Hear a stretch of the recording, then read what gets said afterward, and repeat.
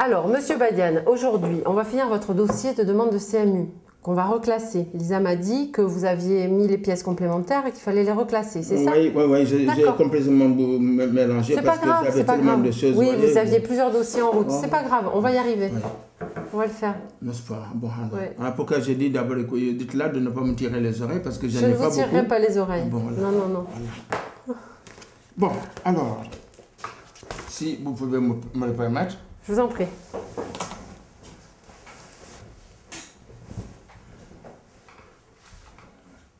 Elle a attiré mon attention sur le fait que vous n'avez quand même qu'une très petite retraite. Eh bien, exactement. Voilà. Rien du tout. Non, disons rien du tout. 84 €. Ah, mais vous vous rendez compte? Oui, je m'en rends compte. Voilà.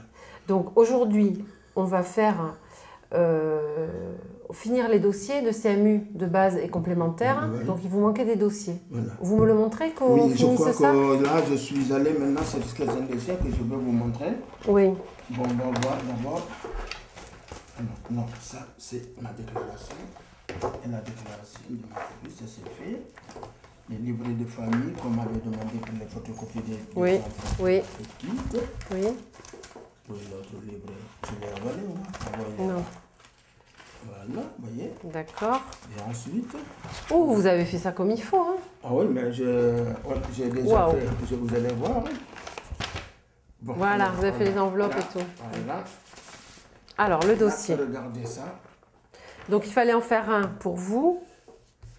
Et vous m'avez fait le double. Voilà. Vous m'aviez fait le double, il est là. Le double pour l'an prochain. Voilà. Pour que vous le remplissiez tout seul. Je pouvais exactement. Très bien. Me débrouiller tout seul. Voilà. Hein? Il faut savoir grandir. Oui. Donc, on vérifie qu'il y ait toutes les pièces. Vérifier s'il y a toutes les pièces. Je sais qu'il manque les photocopies. L'attestation de la carte vitale, il fallait. Elles y sont normalement. D'accord. Alors, je les vérifie deux, les ma carte ou la carte de. Voilà. C'est ça, ça y est. Alors, c'est coût. Voilà, c'est moi. C'est vous. Il est là. Il est là.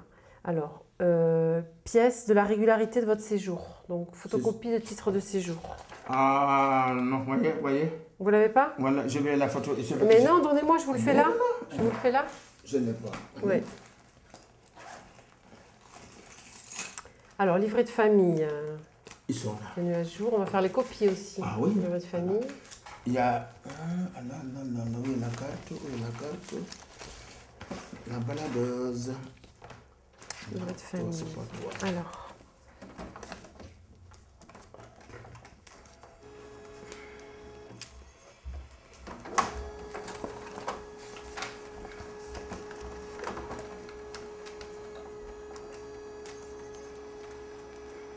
Chaque membre doit remplir un autre formulaire. Alors là, je n'ai pas de formulaire. Vous n'êtes pas allé le chercher? Je suis allé, on me dit, bon, mais là, comment ça s'appelle à la CPM? Non, mais oui, il y a ta PM à côté de chez moi, là. Place de l'Europe? Non, juste les allées Haussmann. Oui, et on ne vous a pas donné le formulaire? On m'a dit, oui, il faut aller de l'autre côté, comment ça s'appelle là, à la place de l'Europe. Oui, et vous n'êtes pas allé? Ah non. Alors, l'attestation d'hébergement, elle est remplie. Oui, vous voulez que je vous fasse une copie? Non, mais non, ça va. Ça va? Si vous voulez, si, je n'en ai pas besoin, c'est vrai. Oui, vous risquez d'en avoir besoin. Il y a une qui a été écrite à la main, elle est là pour les deux enfants. Oui, je l'ai vue.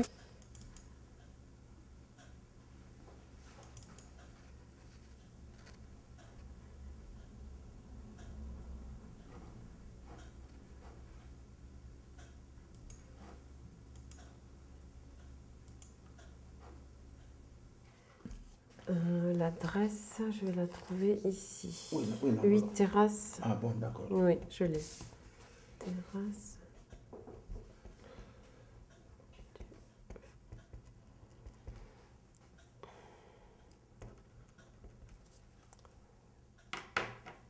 Alors, il y avait autre chose. J'ai vu une lettre là.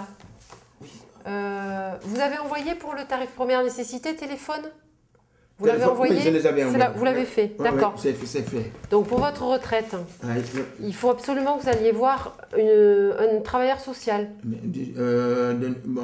avez une adresse? Oui, vous êtes de quartier de... Saint-Louis, non, juste les allées Haussmann. Alors, il vous faut aller à la MDSI qui est à Camille Godard. Vous voulez que je vous donne leurs coordonnées? S'il vous plaît. Voilà.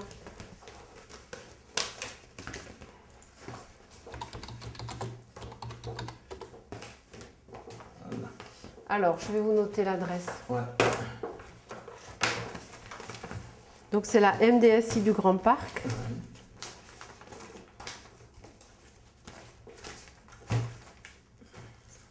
63 rue Camille Godard, vous savez où elle est? Oui, ouais.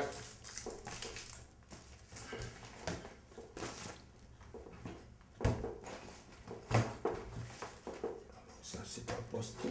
Avec ça, tout de suite. Vous voulez que je leur mette un mot? S'il vous plaît. Ah, ça Comme ça, beaucoup. ils verront pourquoi parce vous... que là, ils verront pourquoi je suis là. Vous facilitez la tâche d'une façon vraiment administrative. Voilà, oui, je préfère. Voilà.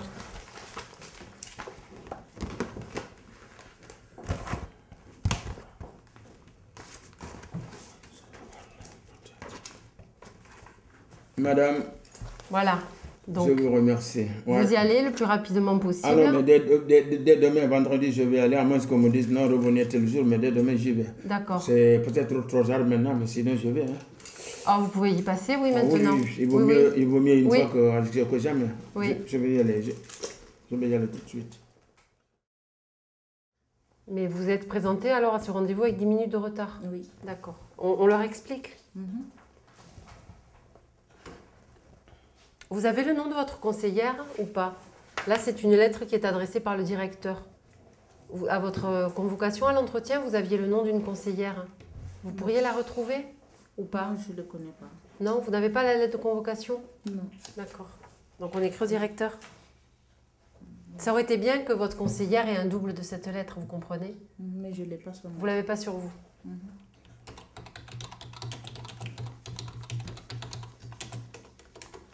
Parce que, en fait, le directeur aurait pu vérifier auprès de votre conseillère que vous étiez bien présenté. Elle aurait pu confirmer ce que vous disiez, vous voyez. Vous n'avez pas moyen de vous souvenir du nom de votre conseillère?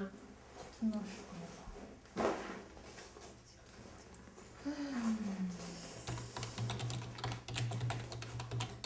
Donc on leur dit, je n'ai pas trouvé d'emploi depuis cette date. Madame Denise. Ah, vous l'avez, très bien. D'accord. D'accord. Je vais aussi leur mettre une copie de votre convocation, comme ça il verra bien hein, le nom de votre conseillère. Ça, c'est la convocation, ça? Oui. Ah ouais? Oui.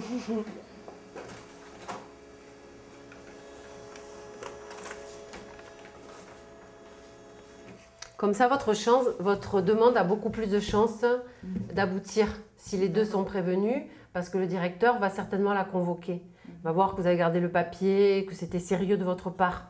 Et donc, ce que vous dites, il y croira davantage. Voilà. On a le principe de loyauté. On ne met pas en doute ce que nous disent les gens, mais on ne met pas non plus en doute la bonne foi de la personne dont il est question. Leur destinataire, on ne met pas non plus en doute leur bonne foi. Donc, quand on peut vérifier, on le fait. Il arrive rarement que les gens nous soutiennent des choses fausses, qu'on sait être fausses.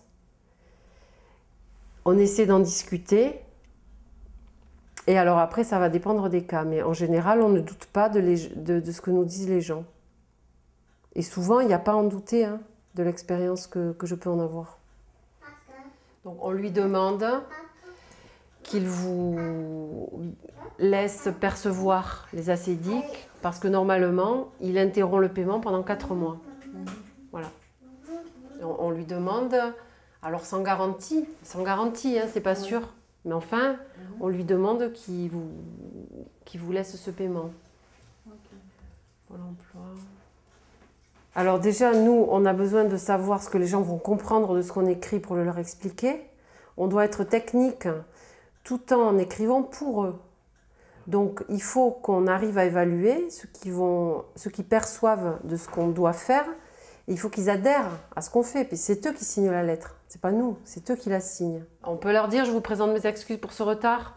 Vous êtes d'accord ou...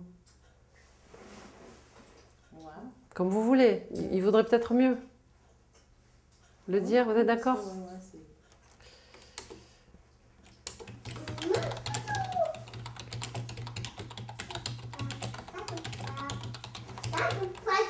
Voilà, c'est tout.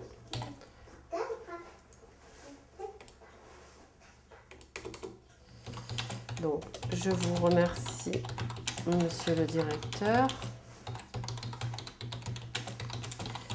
Et vous prie de croire en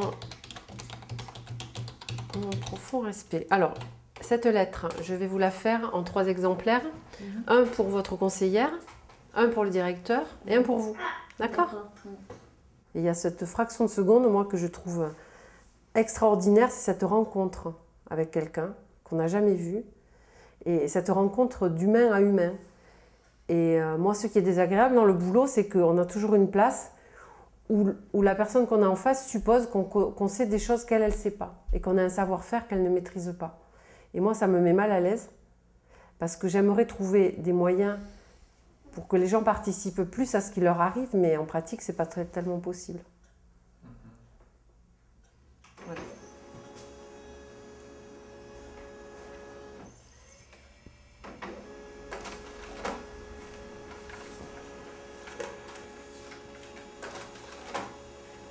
Alors, le premier courrier, vous allez le signer. Les pièces sont jointes pour le directeur.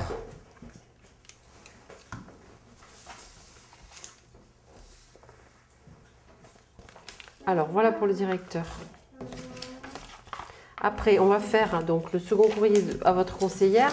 Comme ça, c'est elle qui vous fixera le nouveau rendez-vous. Voilà, donc vous la signez aussi. Au départ, moi, je faisais que la lettre. Et du coup, maintenant, on est dans une position où, en général, on fait l'enveloppe aussi. Pourquoi je fais l'enveloppe à lui et pourquoi pas à lui? Et qu'est-ce qui vaut mieux, blesser quelqu'un qui aurait pu la faire ou mettre une difficulté supplémentaire à celui qui en a déjà? Et celle-là, c'est votre exemplaire justificatif.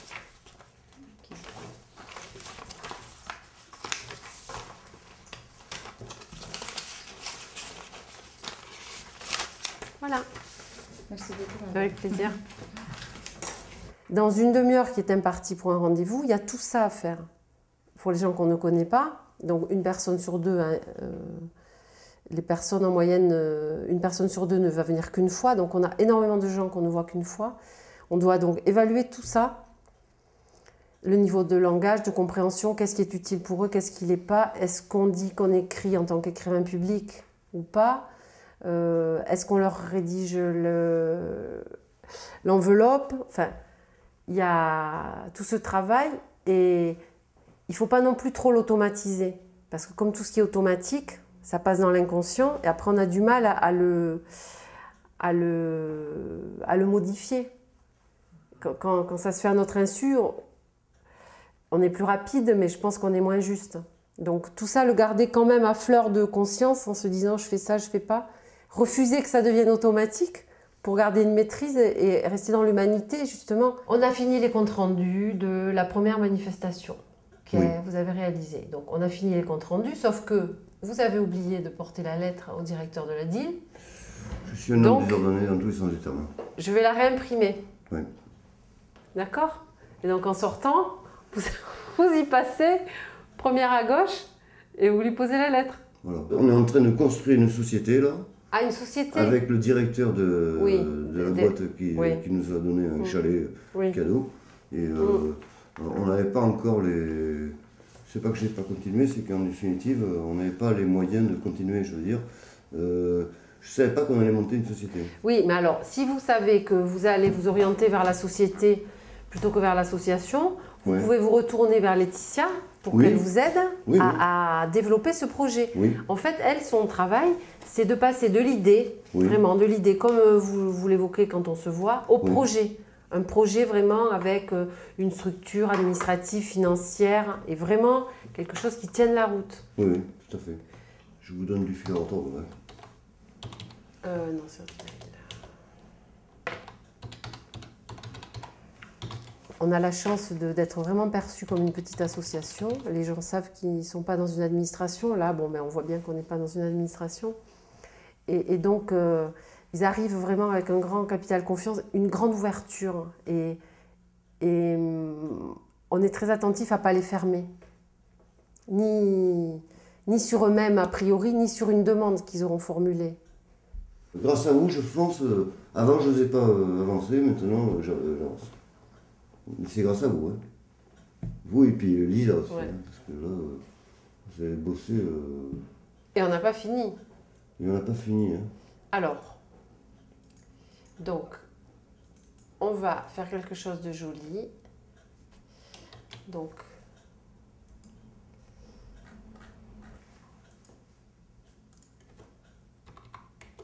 voilà.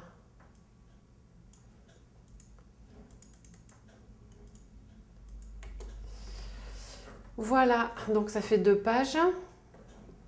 Je vais l'imprimer. Vous allez le voir si la mise en page vous plaît. Et puis on va le joindre donc pour ce destinataire. Est-ce que vous voulez que je vous en fasse d'autres exemplaires?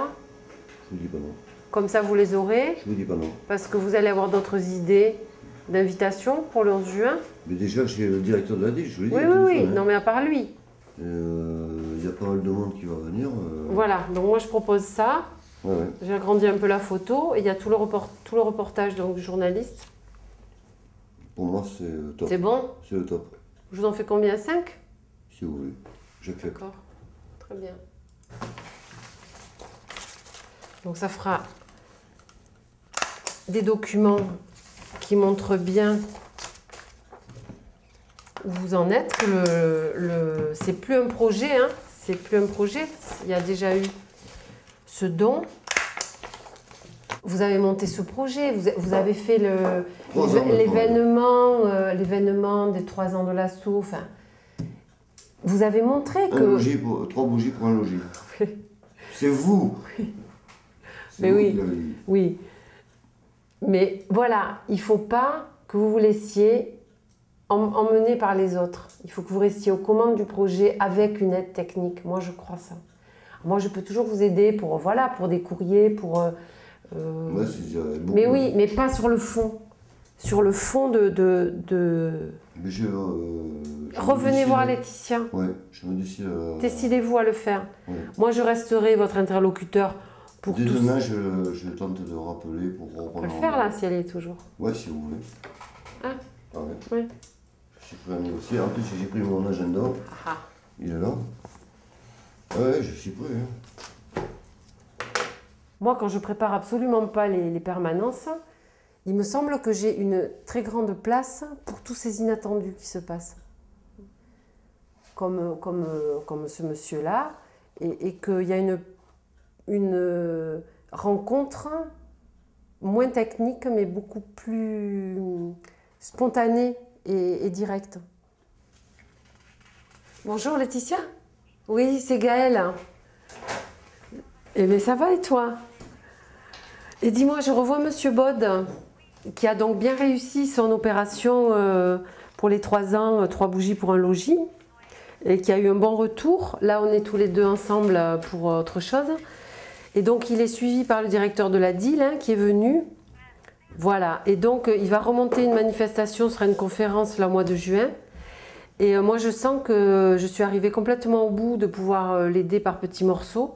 Est-ce que toi, tu serais d'accord pour le revoir?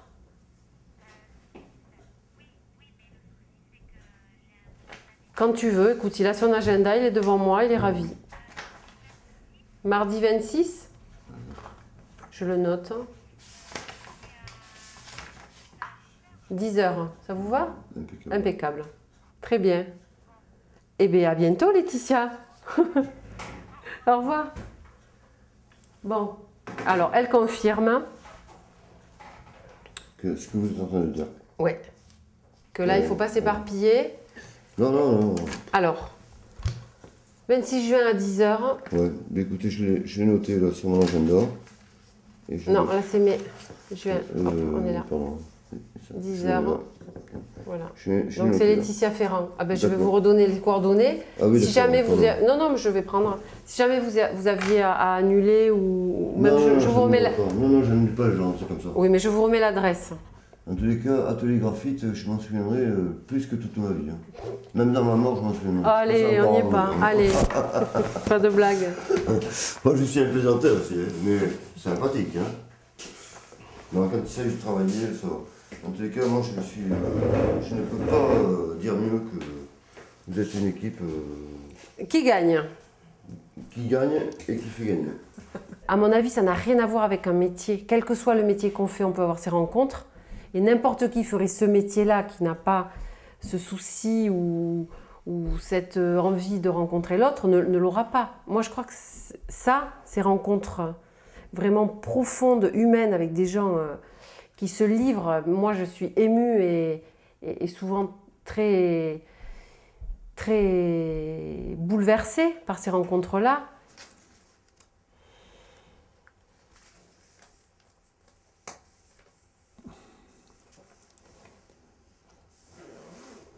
Donc le titre de séjour, ok. Ça c'est bon. Alors ce qu'il faut, il y a 2 documents qui demandent. Il y a la photocopie de l'avis d'imposition. Photocopie? Ouais, la copie de l'avis d'impôt. Mais t'en as pas. Même si elle est non imposable, elle le reçoit de toute façon. Pour la louer? Non, ça c'est le loyer, ça. Ouais. Mais les impôts, Non, vous avez... tu ne payes pas d'impôt. Non, mais même si elle ne paye pas d'impôt, elle reçoit un avis d'impôt, même avec marqué 0 dessus. Tu reçois ça? Comment c'est ça? Est-ce que tu reçois un papier Ouais. où il y a marqué imposition 0? Il a raison, le monsieur. Il n'y en a pas. Mais vous êtes en France depuis quand? Au 2006. 2006, donc vous avez dû le recevoir depuis que vous êtes là normalement. 2006, la mi-24. D'accord. Donc normalement, chaque année, vous recevez ce document-là des impôts. Vous l'avez, même à la maison, vous l'avez pensé... Non. Sinon, je vais essayer de les appeler pour voir s'ils peuvent vous l'envoyer. Hein. Parce qu'il le faut pour le dossier CMU. Oui. Ils le demandent. Appelez pour la Madame Marie-Claire, c'est tout dossier pour la diaconat.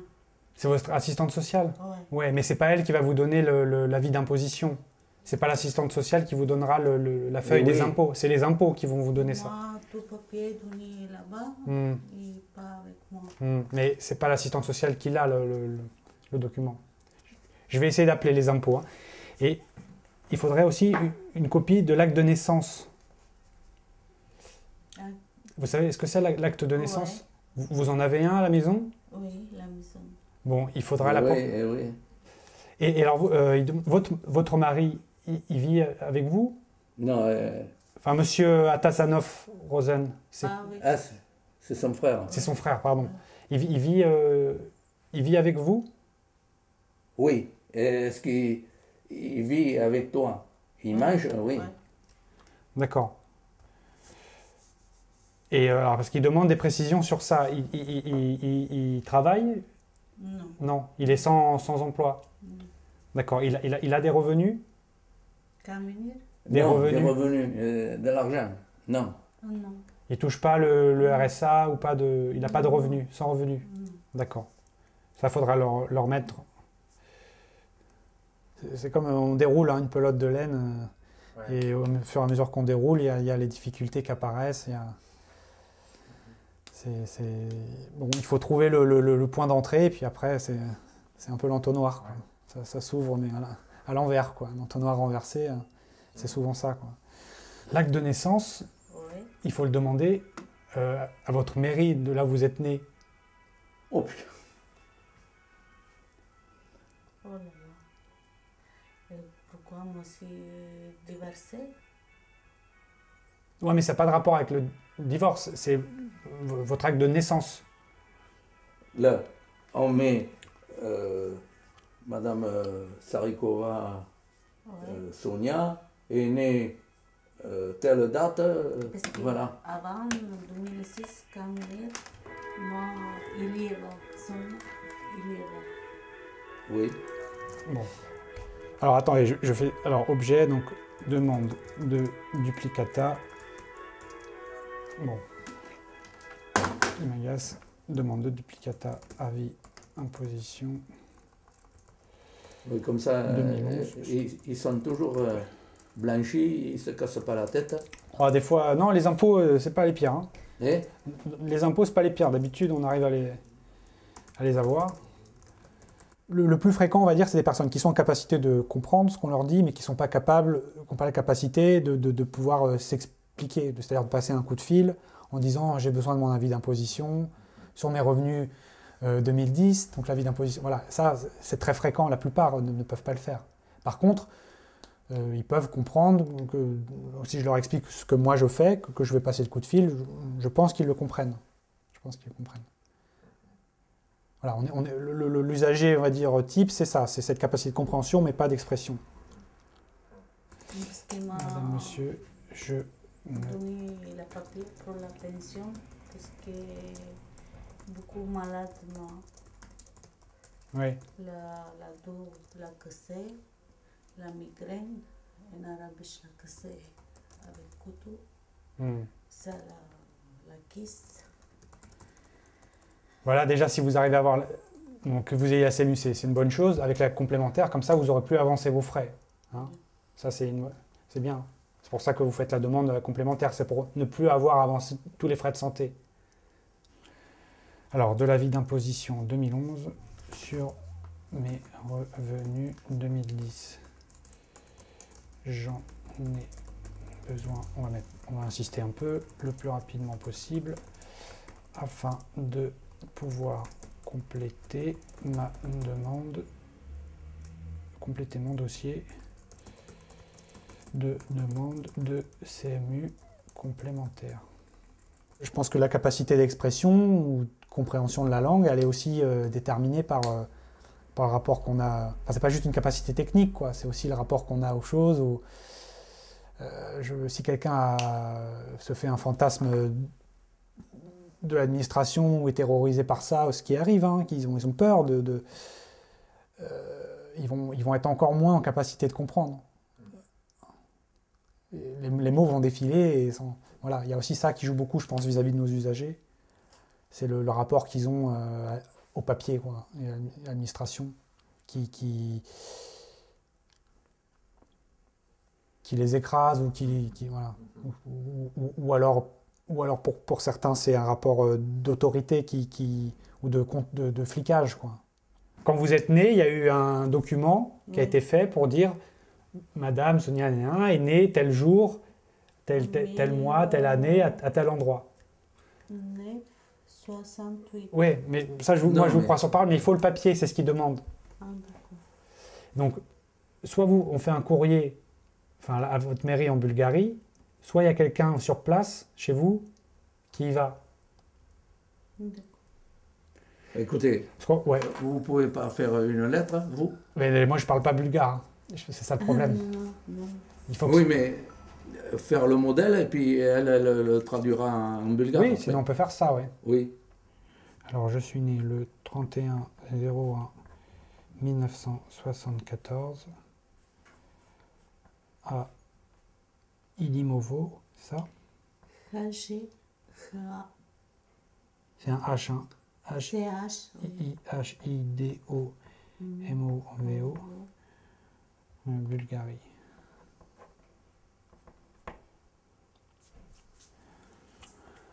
Voilà. Donc, il faudra leur demander ça, l'acte de naissance, et vous préciser où vous êtes né et quand. Hein, et comme ça, tu recopies un autre papier comme ça, mais en bulgare. Compris? Oui. Et tu signes. Oui. Enfin, vous signerez. Non, mais pas celle-là, parce qu'elle fera la lettre en bulgare. Hein, oui.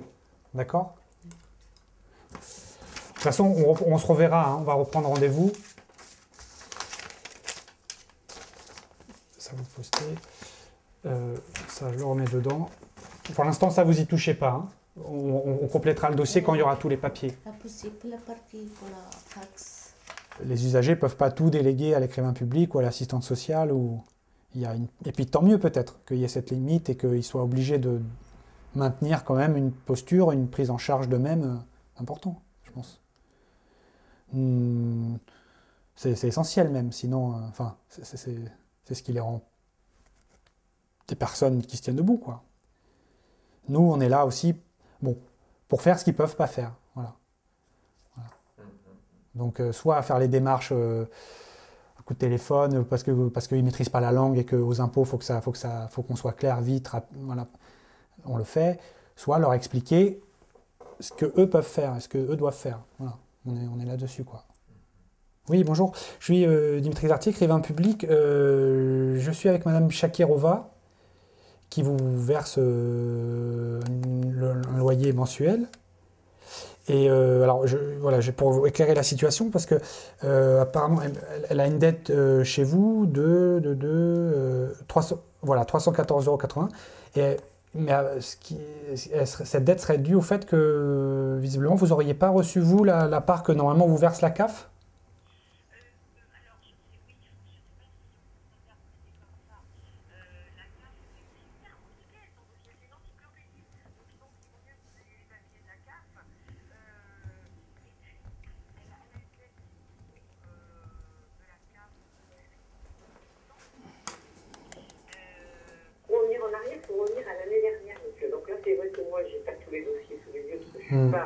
Bon, ben, si c'est trop compliqué. Ouais, Chakirova sous les yeux, mais effectivement, il y a des mois où on reçoit, des mois où on ne reçoit pas. Et puis là, on a une dette, effectivement. En mars, on n'a pas reçu de CAF, d'accord.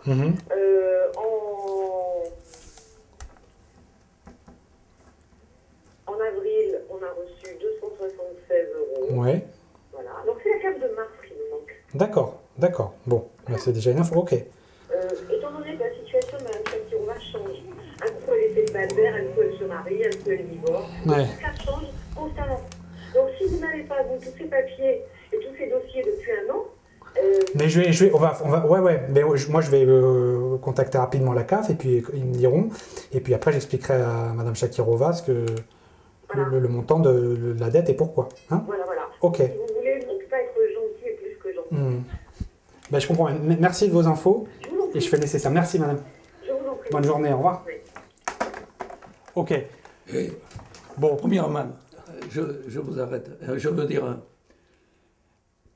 le coup de dire qu'elle est mariée, elle est divorcée, bon, c'est elle qui fout la merde, la femme. Bon, on est d'accord. Il faut qu'on se base sur...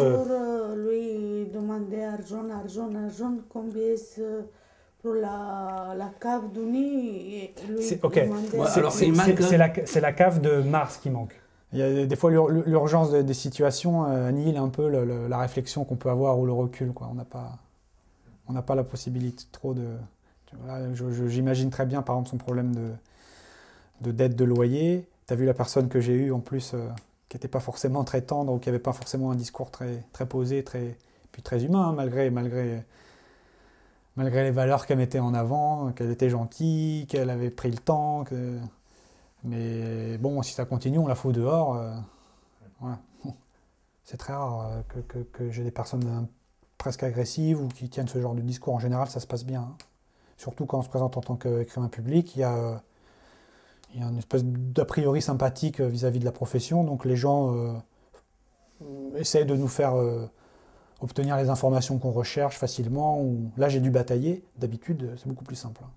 J'ai l'image d'une...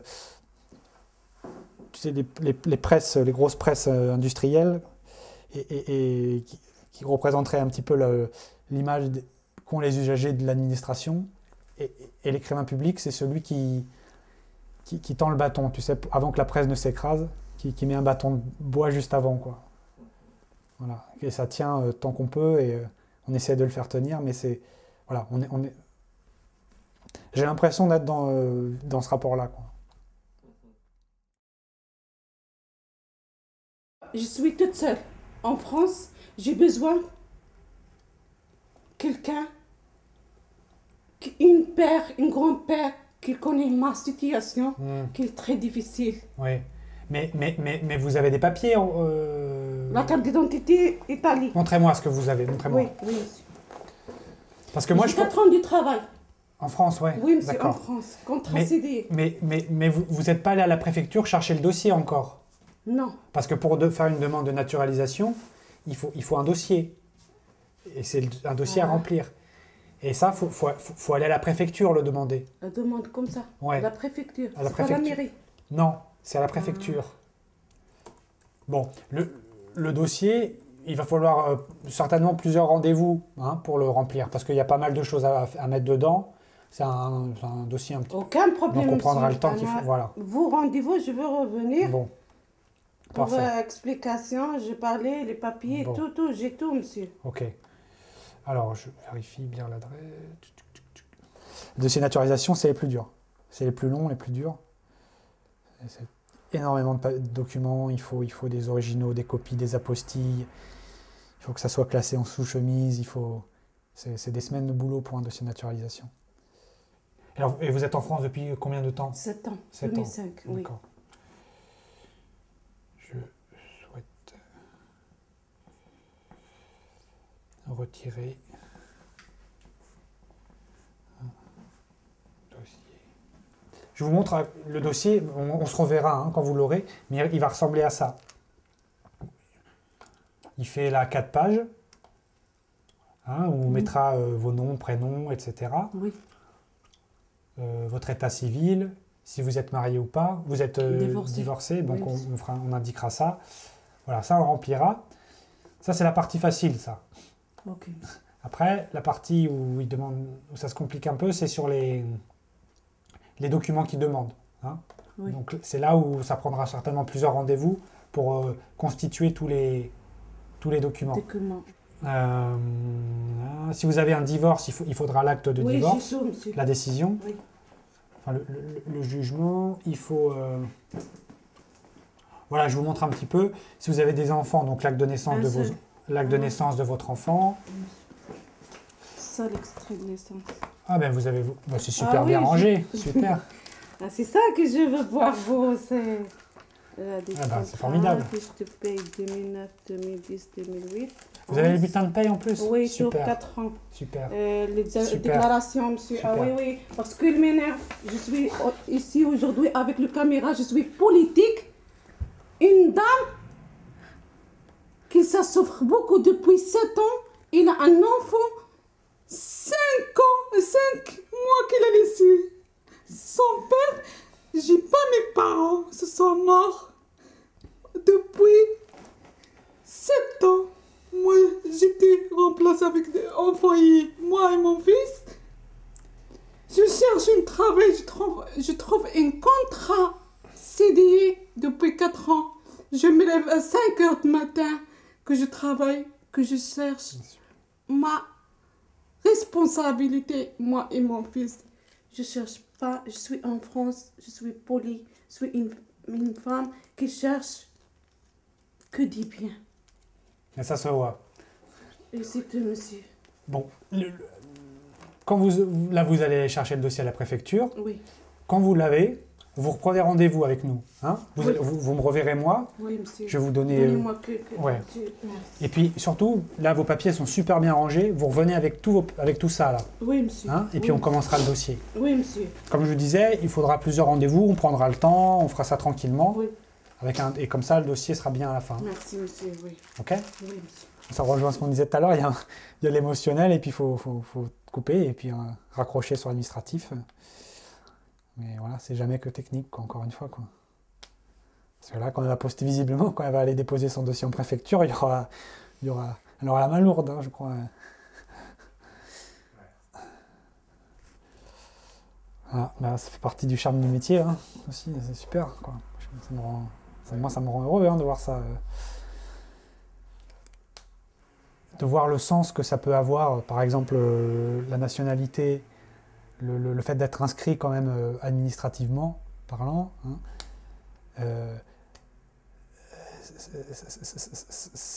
Tu vois le sens que ça peut avoir pour certaines personnes. Et je trouve que nous, on vit dans un pays où on est, entre guillemets, avec des gros guillemets même, mais libre dès la naissance, où on acquiert la nationalité française comme ça, de droit, et qu'on est quand même relativement protégé par notre administration, pris en charge, on va dire. Quoi.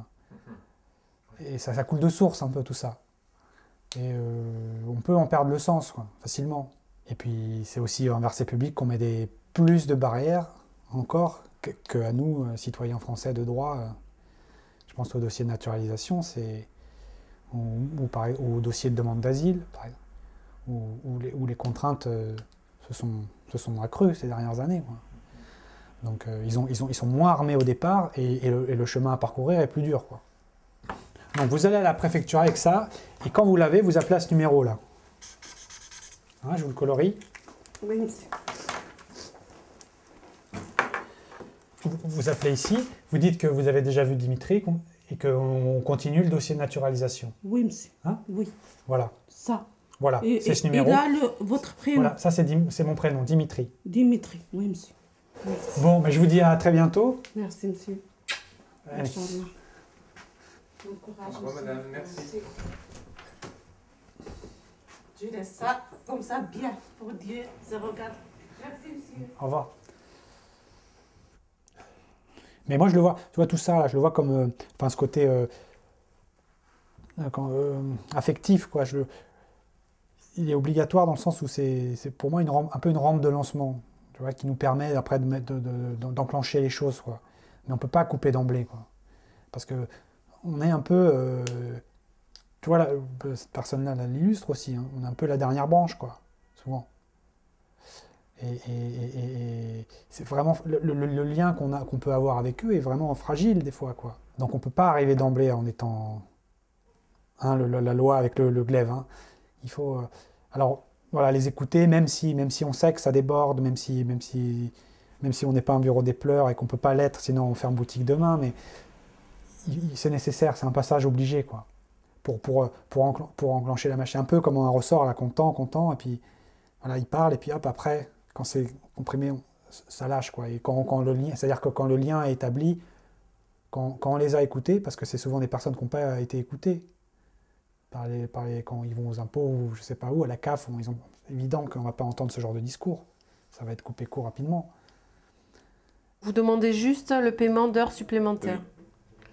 C'est tout, pas de préavis, pas d'indemnité. L'indemnité de tout vous a été réglé, le reste? Oui, moi j'ai assigné la ressource tout compte. Donc vous ne contestez pas votre démission. Vous ne voulez pas la requalifier en licenciement, que le tribunal examine ça, on est d'accord? Oui. Vous m'avez dit que non. Quand vous déposez comme ça une demande, vous êtes convoqué avec l'employeur pour essayer de vous mettre d'accord. Il y a une phase amiable. Si la phase amiable, vous ne trouvez pas de terrain d'entente, il y a une phase contentieuse, c'est-à-dire que ce sont les magistrats qui tranchent, le juge. Donc vous aurez 2 fois à venir au tribunal. Vous voulez qu'on augmente la somme pour vos indemnités de transport? Non, comme ça va. Moi c'est juste pour les gens, parce que... Voilà, c'est bon, on l'a rempli. Il vous faudra le signer ici, date et signature. Vous voulez le faire tout de suite?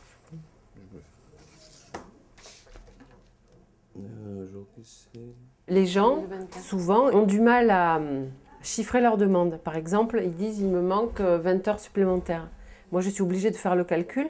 Donc, je vais rechercher dans leur bulletin de salaire quel est leur niveau de rémunération brute à l'heure. Je multiplie par le nombre d'heures qui manquent. Et donc, ça met les gens en difficulté. Les sommes, l'argent, là, on parle d'argent, précisément, avec des centimes. Vous n'avez pas des feuilles de mission avec les horaires où vous pointez non, pas? Parce que moi, j'ai travaillé avec un CDI. Et les CDI, moi, je faisais... Et vous n'avez pas des clients qui peuvent attester que vous êtes resté tard sur les chantiers? Oui. Voilà. Donc, le client, il n'a aucun... Ouais.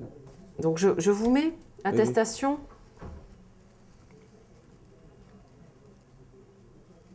Voilà, si vous voulez, ça c'est important. Le client n'a aucun intérêt à prendre parti pour l'employeur ou pour vous.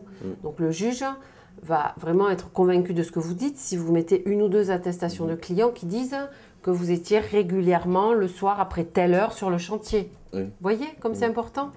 On sait que certaines activités professionnelles pratiquent fréquemment ont des pratiques illégales, ne paient pas toutes les heures. Oui, il y a des domaines d'activité professionnelle où on le sait. Il y a le bâtiment, il y a le nettoyage, la restauration. Et c'est largement confirmé par ce qu'en perçoivent aussi les inspecteurs du travail. Donc la plupart des personnes qui viennent pour saisir le conseil de prud'homme sont dans ces secteurs d'activité. Bon. Voilà, donc vous joignez ces pièces et vous déposez votre demande au tribunal. Moi, je vous inciterai à le déposer en main propre. Hein. Comme ça, à l'accueil du tribunal, s'il manque des pièces, on vous le dira. Oui. Vous savez où il est, le tribunal, puisque vous êtes allé chercher ce... Je suis pas la justice. Voilà.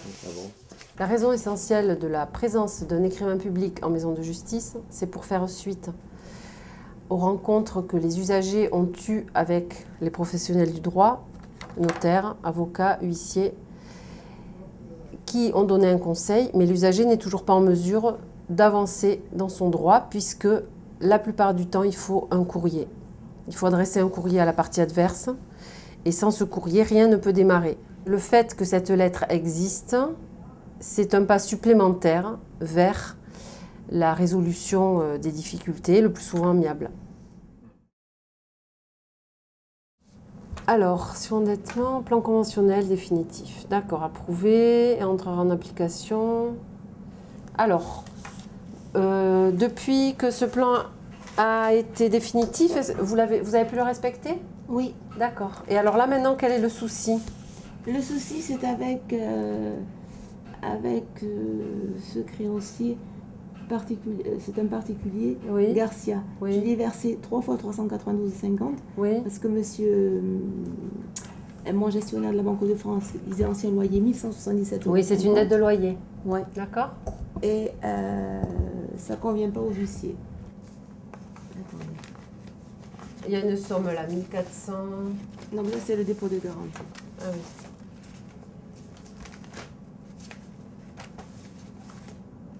Mais pourquoi vous n'avez pas vu directement avec lui pour lui demander des explications?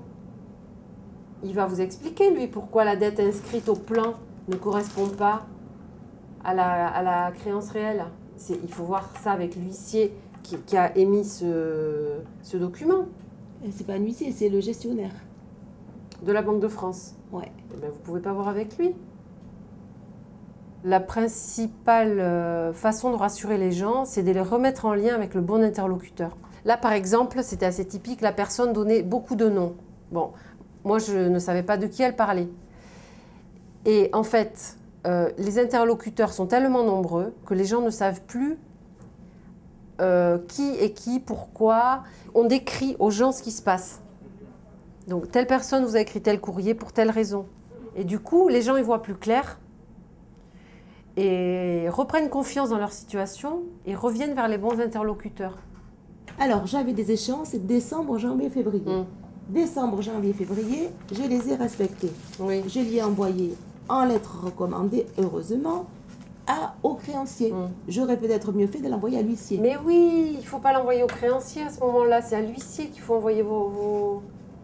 Je ne savais pas, moi. Alors, comme c'est un tordu, une juriste en surendettement nous a dit que la dette était soldée, mais que peut-être, elle ne savait pas, mais que peut-être, nous devions les frais d'huissier de moins 50%, étant en situation de surendettement, mais elle n'avait pas le décret sous le coude.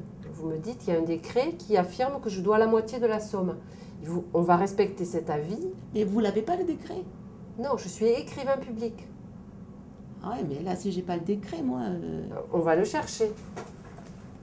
Bon. Donc c'est un décret qui dirait que quand on est en surendettement, on doit la moitié des frais d'huissier? Ouais. Parce qu'attendez, le 25 mai, regardez ce que je reçois. Alors, vu mes précédentes intentions, en vertu de la condamnation... Là, c'est le dernier courrier de M. Fauvel?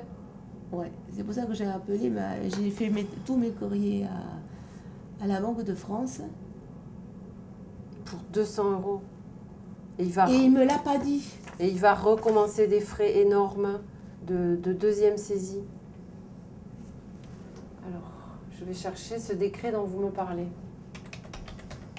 Décret. La majorité des huissiers, des notaires et des avocats fait parfaitement son travail. Mais il se trouve que nous, les gens viennent de nous voir quand ils ont des difficultés avec ces professionnels-là. Et on a pu constater des manquements aux obligations de notre point de vue. On est du côté de l'usager, c'est vrai, on est plutôt du côté de l'usager.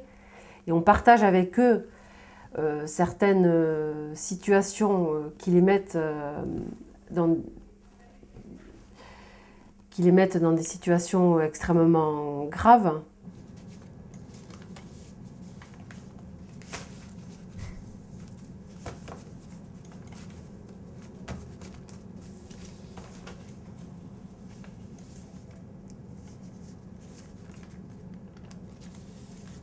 Vous avez un argument dont on vous a parlé, il faut absolument pouvoir rentrer en relation avec cet huissier pour mettre fin à la saisie des meubles. Mmh. Vous êtes d'accord? Oui, oui.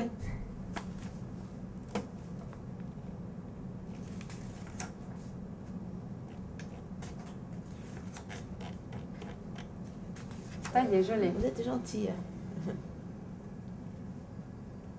Et il date de quand? Parce qu'il date, on m'a dit. 96, ça va. 96. Quand même. Alors...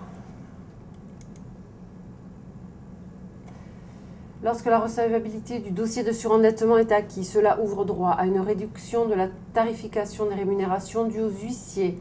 Article 98 de la loi du 28 juillet 98 d'orientation relative à la lutte contre les exclusions. Ne pas oublier de prévenir l'huissier que vous êtes en surendettement, c'est à vous à lui dire que vous pouvez bénéficier de cette mesure. C'est à moi. Eh oui, c'est à vous. Ouais. Au plan, il est inscrit 1177 €. Plus 180 que je lui ai donné. Je lui ai donné 180 voilà. €. Et donc, vous faites état d'un total qui est bien largement supérieur à ce qui est inscrit au plan de surendettement. Donc, il y a des frais qui ont été postérieurs à ce plan. Oui. Ces frais postérieurs au plan pourraient bénéficier de la réduction de moitié, puisque c'est prévu par la loi du 29 juillet 98 de lutte contre les exclusions. Alors là, pour vous dire, je suis pas au courant de cette loi à propos de la réduction des frais de huissier. Mais je vais regarder. D'accord. Et est-ce qu'il y a un moyen de mettre en suspens cette saisie immobilière en attendant qu'on puisse savoir ce qu'il en est? Parce que moi, je vais pas venir saisir si jamais j'ai pas vérifié ce que vous dites. Hein. Je vais oui. vérifier avant. Je vous tiens au courant. D'accord. Donc vous la tenez au courant? Voilà. Merci beaucoup. C'est très aimable. Bonne journée. Au revoir. Au revoir. J'ai pas trop confiance, c'est moi. Qu'est-ce que vous voulez que je vous dise? Elle pense que l'huissier est malhonnête parce qu'il n'applique pas une réduction à laquelle elle pense avoir droit. Et l'huissier pense qu'elle est de mauvaise foi, puisqu'il ne perçoit pas les règlements, il est automatiquement en droit de penser qu'elle ne paye pas, parce qu'elle paye directement au créancier. Donc, il me semble que ça rétablit une espèce de présomption de bonne foi. Là, l'huissier a pu se rendre compte qu'elle réglait, et elle a pu se rendre compte que l'huissier répondait au téléphone et s'était engagé à lui donner l'information rapidement. Bon, c'est un monde un peu idyllique, hein. Des fois ça ne marche pas du tout. Bon, bah c'est super. Il y a du boulot de fait là. Hein. Oui, tout a été, oui. Parce que je me souviens, le premier rendez-vous, il y avait, oui. il y avait des choses. Oui, c'était rien de fait. Si, c'était fait, mais un peu... Ouais. Vous étiez un petit peu découragé. Ouais. Là, vous pouvez être contente de vous.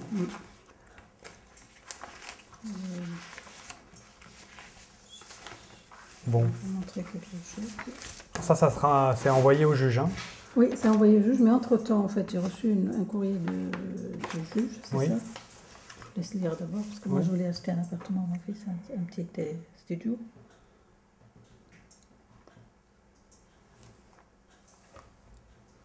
Je voudrais répondre à cette lettre, en fait. Oui. Ça concerne la curatelle de son fils. Dans le cadre de cette curatelle, elle a l'obligation en fait, de tenir à jour la comptabilité de son fils, parce que c'est elle qui gère les entrées et les sorties d'argent pour son fils. Et elle est tenue vis-à-vis du juge des tutelles de tenir à jour cette comptabilité-là. Et pour 2011, vous êtes à jour aussi même, Ah oui, je suis à jour. vous le tenez à jour Ouais, ça c'est 2011 et l'autre c'est 2011, pardon, 2012. 2012, ça y est, maintenant je me... Vous avez le coup de main là? Oui, Bon. Normalement c'est bon. Bon, pas reprendre de retard parce que... Non, il n'y a pas de retard du tout. Bon, Non. ok. Il y a eu... premier rendez-vous où on lui avait montré les tableaux. Je crois qu'il y a eu un second où là, il a fallu recaler les choses et après, c'est parti. On n'a plus de nouvelles, je crois, jusqu'à avril. Et moi, je l'ai revu en avril. Elle m'a dit, ça y est, j'ai rattrapé 1 an. Les choses étaient sur les rails. Donc, c'est super, ça. Là, je trouve il n'y en a pas tant que ça, mais il y en a des cas où on a l'impression un peu de sortir de l'urgence. Que les personnes deviennent un peu autonomes, ou même carrément autonomes dans leur démarche. C'est bien, quoi. Je vais vous relire la lettre. Hein. D'accord. Je souhaite toujours que mon fils achète un appartement, car je souhaite qu'il dispose de son propre toit au cas où je venais à disparaître. C'est ça. Le bien qui m'intéressait et qui nécessitait un crédit à hauteur de 476,13 € mensuels est trop cher par rapport à son budget. Je suis donc actuellement en train de chercher un autre bien moins cher que son budget pourra supporter. Très bien. Dès que j'aurai trouvé le bien correspondant, je vous ferai parvenir le budget prévisionnel de mon fils. Par ailleurs, comme vous me l'indiquez dans votre courrier, je prends note de la nécessité d'un réexamen de mon fils par un médecin habilité en matière de protection des majeurs, dans le cadre de la réévaluation de la curatelle prononcée en 1994. Numéro RG 09. Pour la signer. Ouais, vous la signez, je vous prépare... Mais je peux les... Vous le ferez, le recommandé? Oui, je vais le faire, là, ça, oui, quand même, je peux le faire, ça. Je me sens bien ici, parce que j'ai toujours vu ma vie comme ça. Moi, même dans mes études, j'ai jamais cherché à me... J'ai toujours refusé de me spécialiser, quoi.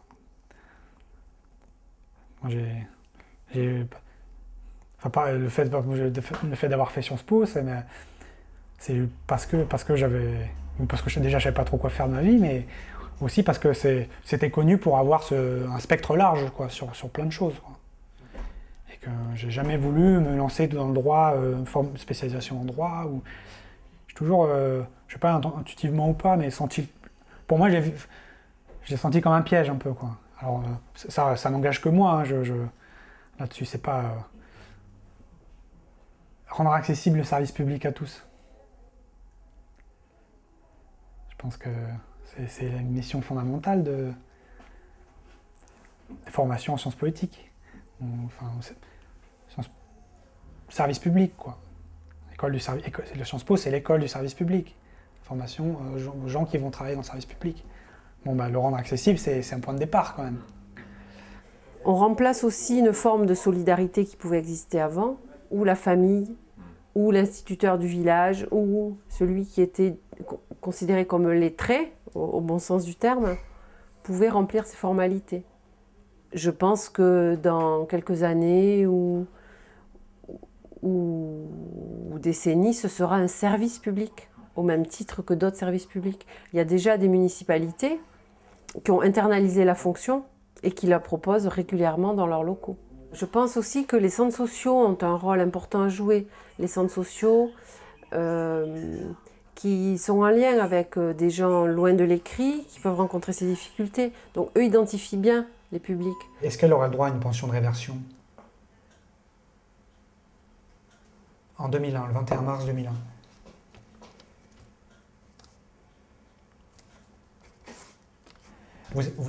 Vous l'avez le dossier? Normalement, la personne me dit que vous êtes allé chercher le dossier fin avril chez eux. Je sais même plus. Oui, je dois avoir des feuilles, oui. Oui. Oui. Oui. D'accord. Oui. Ah, ça serait bien, oui. Oui. Oui, oui. D'accord. D'accord. D'accord, c'est super. Merci beaucoup, madame. Vous aussi, au revoir. Bon, ça avance. Alors, attendez, je note ça. Alors, elle était charmante. Ce que vous avez touché pendant 2 ans, c'est pas la pension de réversion, c'est une allocation de veuvage. Et qui dure 2 ans. Donc c'est normal que vous n'ayez plus rien depuis. Voilà, première chose. Donc la deuxième chose, c'est que vous avez droit à la pension de réversion, mais à partir de vos 51 ans. Donc à partir de septembre, là. Mais en attendant, il faut préparer le dossier. Si l'association a 30% de plus d'usagers tous les ans, s'il y a cet essor qu'on connaît et qu'on voit près de 2000 personnes par an, c'est que la fonction qu'on occupe correspond à une réalité du terrain. Donc, qu'est-ce qui fait la particularité de la fonction d'écriture? Ça fait appel à une activité qui est très technique, et c'est cette activité-là d'écriture que l'on voudrait promouvoir. Des savoir-faire, on en a de très nombreux. L'association a 6 ans. On a dû écrire près de, je sais pas, peut-être 5000 courriers, 8000, je ne sais plus. Enfin, on a des stocks très importants. On a des demandes qui sont un peu toujours les mêmes. On a répertorié les grands thèmes dans lesquels ces courriers sont nécessaires. Et le fait d'être centre de ressources, l'idée nous est venue parce qu'on a vu qu'on commençait à en avoir la fonction. On n'a pas fait l'inverse, on ne s'est pas dit tiens on va devenir centre de ressources. On s'est dit ah ben on a commencé à contacter les écrivains publics, ils utilisent le fait qu'on existe pour préciser leur mission ou demander des informations sur leur mission et donc approfondir cette fonction d'écrivain public. On s'est dit, s'ils le font, c'est qu'il y a un besoin. Et on est en mesure de répondre à ce besoin.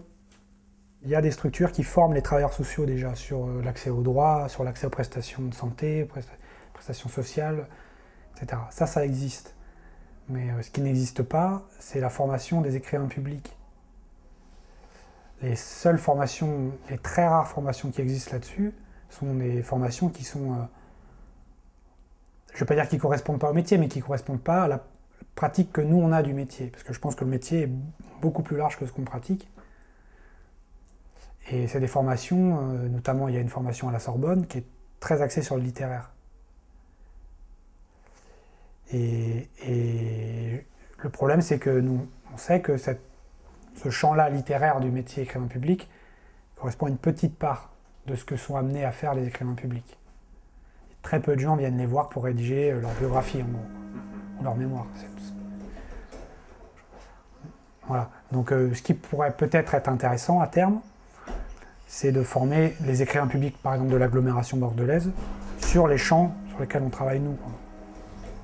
Donc ouais, ça passe par la définition des référentiels métiers, de savoir, savoir-faire, savoir-être, voilà, toute cette déclinaison-là. En fait, ce qui s'est passé, c'est qu'à un moment donné, j'avais tellement mal, etc. Donc, dans la phase médecin conseil, lui, il me dit allez voir un dentiste. Donc, je rappelle le même, parce que tout le monde m'a conseillé de continuer, de voir avec le même. Donc, je fais, mais je souffre tellement qu'un jour, je trouve un dentiste qui me prend en urgence. Et lui détecte que le bridge est cassé, c'est carrément cassé.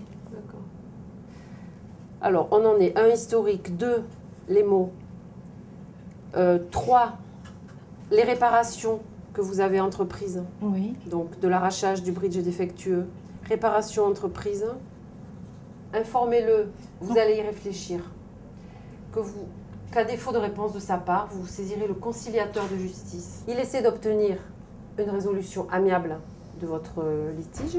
Et si jamais ce n'est pas possible, vous irez au tribunal de proximité et le conciliateur de justice est en lien avec les magistrats. D'accord. Et votre dossier suit encore une fois. Mais ça me va très bien. Ça vous va? Oui, bien sûr. Ça ne me coûte pas un rond. Non. Et puis, on est dans la conciliation. Et moi, voilà, c'est votre sensibilité. Oui, la conciliation. Bien sûr. On a identifié en gros trois pôles de compétences. L'accès au droit, l'accès aux prestations sociales et administratives. Hein. Donc ça, là, c'est un champ très large. Donc dossier MDPH, logement, sécurité sociale, et un accès à l'emploi. Voilà. Donc là, rédaction de CV, rédaction de lettre de motivation et connaissance du tissu économique, quoi. Avec un degré de technicité qui est quand même croissant. L'accès à l'emploi serait entre guillemets le moins technique, accès à prestations sociales administratives, et le plus technique, l'accès au droit. Nous, on est toujours parti de l'a priori que pour exercer le métier, il fallait une formation juridique, à la base. Ça me paraissait difficile de se lancer là-dedans sans base juridique. Et avec les bases, on apprend le terrain. il n'y a pas que les savoirs, hein, il n'y a pas que le juridique, il y a, ou la connaissance du tissu administratif et tout ça qui est hyper importante aussi. Il y a aussi, ce qu'on veut aussi mettre en place, c'est une espèce de déontologie du métier, quoi. C'est-à-dire, où se situe la responsabilité de l'écrivain public, où est-ce qu'elle s'arrête, je ne sais pas, des réflexes dans l'accueil, dans l'écoute, dans tout ça, c'est pas que le savoir, quoi. C'est pourquoi? Parce que c'est pour sortir de l'idée écrivain public, c'est le bénévole qui fait ce qu'il peut, quoi. Et justement, on veut sortir de ça. Si on veut l'ériger en métier, donc ça passe par des compétences professionnelles, quoi. Nous, on est un tiers invisible. C'est la personne qui écrit en son nom. Moi, je rédige la lettre, je la lui soumets pour approbation, on la relit ensemble, je la lis à haute voix si la personne ne lit pas, c'est elle qui la signe. Alors parfois, on indique l'écrivain public, on donne nos coordonnées, notre nom, pour que notre médiation devienne apparente. Mais en général, nous sommes un tiers transparent, puisque la personne écrit en son nom et signe son courrier, et même c'est elle qui est responsable du courrier qu'on a écrit. Donc ça aussi, c'est très difficile pour nous. On écrit un courrier dont on perd la responsabilité. Qu'est-ce que votre handicap vous empêche de faire, que vous faisiez avant? C'est ça, oui. Qu'est-ce que tu faisais avant, maintenant qu'est-ce qu'elle ne peut pas faire? Voilà. Qu'est-ce qu'elle a perdu? Oui, c'est ça. C'est plus comme avant, bien sûr, je ne peux pas travailler comme avant, ça. Je ne peux pas me tenir debout longtemps. D'accord. Oui. Donc vous auriez besoin d'une aide, de quelqu'un qui vous aide au ménage, par exemple? Bon. Alors, si vous voulez, il faut qu'on reprenne le dossier, parce que cette question vous est posée ici, dans la prestation de compensation. Oui. Donc il faut demander à l'apercevoir. Et on va préciser que vous avez besoin de quelqu'un qui vous aide à l'entretien de la maison. Voilà. D'accord? Oui. Vous parlez comme si c'était à sa place, voilà, qu'est-ce qu'elle demande. C'est ça. Voilà, ça. Mais avant, je me fais confirmer que c'est bien elle qui parle. Ouais, ça, ouais. On parle régulièrement, hein, surtout quand on a une difficulté sur quelqu'un ou dire j'ai pas su comment. Je me demande si j'ai bien réagi avec cette personne ou tiens, j'ai pas su répondre, qu'est-ce que tu aurais fait à ma place? On en parle beaucoup de ça. Mais ça fait pas encore l'objet d'une structuration. Et puis Gaëlle, elle aime pas être enfermée. Hein, donc structurer les choses, les cadrer, ça c'est pas... Enfin, faut pas que ça soit trop rigide, quoi. Mais c'est une bonne chose. Je pense que c'est comme ça qu'il faut fonctionner. Et c'est pour ça que ça marche bien, je pense. C'est toujours utile de savoir qu'ils viennent, comme Lisa fait les fiches, c'est vachement utile. Mais quand je dis aux gens, alors oui, vous venez pour un conflit avec votre employeur, c'est déjà réduire à ce que je sais de lui. Et il me semble que c'est plus intéressant pour la personne de lui demander pourquoi elle vient. Des fois, au bout d'une seconde, je sais que c'est loupé, que j'ai pas fait ce qu'il fallait, et que l'autre, il se sent ou jugé ou placé à un endroit qu'il n'a pas envie d'occuper. Et il y a cette fraction de seconde qui va donner le ton, et des fois, il y a un rendez-vous raté, parce que j'étais pas assez disponible, et donc l'autre perçoit que j'ai mis un endroit où il n'a pas envie d'être, et donc quoi que je fasse après pour le rattraper, bon, le boulot sera fait, mais humainement, on a perdu quelque chose même. Vous allez prendre un point? Oui. Voilà. Il y a une madame là-bas. Elle vous aide, moi, pour... Elle vous a aidé à remplir? Voilà. Une conseillère de Pôle emploi? Oui. Un autre quelqu'un qui est arrivé... Qui lui a dit, c'est pas toi le faire? C'est pas madame là-bas qui fait, c'est moi. D'accord. Qui fait tout ça. D'accord. Donc elle a dit à son collègue d'arrêter de remplir le papier. Oui. Et donc le début, c'est quelqu'un de Pôle emploi qui vous a aidé, et après la collègue a dit arrête, elle le fera toute seule. Voilà. C'est ça? Oui. D'accord. Alors, on va finir. Donc, pourquoi vous vous inscrivez à Pôle emploi? Je cherche le travail. D'accord. En général, oui. Oui, des enfants partis à l'écrèche, à l'école. Très bien. Tout ça à la maison, je vais aller travailler. D'accord. Alors, vous en avez touché des indemnités acédiques ou pas? Non, je n'ai pas touché. Il y a plus de 5 ans? Oui. D'accord. Alors, je mets non. Moi, je vois le métier comme une interface, quoi. Hein? L'écrivain public, c'est l'interface. Il déchiffre, il retranscrit, il fait passer l'info, il oriente. On va chez lui quand on ne sait pas on sait pas où aller, quoi. C'est bien d'avoir des lieux comme ça, des lieux refuges, je pense. Le revers de la médaille, c'est que c'est pas toujours bien défini et que c'est pas ultra spécialisé, donc on sait pas trop, mais la vulgarisation ou la généralisation, c'est un peu refuge, je trouve. Ça fait du bien, je crois. Dans notre recherche pacifique de solutions, je pense qu'il y a quelque chose d'apaisant. C'est pacifique, mais c'est efficace, attention, hein. Il me semble que ça soulage les gens. Les gens souvent n'aiment pas avoir des histoires, n'aiment pas en faire. Je trouve que les gens sont, la plupart du temps, des gens calmes et qui subissent et qui ont envie de relations amiables et détendues avec les autres. Et il me semble qu'on participe à ce mouvement et que ça crée chez eux un soulagement. Enquête, satisfaction, incité. Alors, on vous demande quelles sont les relations avec votre gardien. Plutôt satisfaisantes. Les bons gardiens. Oui, ça va. Très satisfaisant, satisfaisant. Les bons, très gentils. D'accord, très satisfaisant. Ah oui. Lors de vos contacts avec vos interlocuteurs du siège d'Incité. Oui, bon. La qualité de l'accueil, très satisfaisant. Ah, très bien. Très bien. Lors des dégradations des parties communes, quand il y a des problèmes avec le hall, l'extérieur, la porte, les escaliers, est-ce que vous pensez qu'ils viennent très rapidement, plutôt rapidement, ou lent, ou très lent? Ben, j'appelle bien tout de suite. Tout de suite. Ah, oui, très rapide? Ah, très rapide. En cas de réclamation concernant un problème dans votre logement, jugez-vous que la réponse d'Incité est très satisfaisante, plutôt satisfaisante, peu satisfaisante? Ah oui, une fois j'appelle un problème de vachette dans la salle. Dans la salle de bain? Non, salle manger. Ah oui, d'accord. Elle vient tout de suite. D'accord, ah, très bien. Très très content. Ah oui. C'est tout, ça j'ai pas compris ici. Ah. C'est juste la poste pour ma femme, mais aussi... Alors, c'est une publicité de la poste. Ah oui, c'est tout. Ouais. Une publicité pour épargner. Ah. Voilà. Donc ça, c'est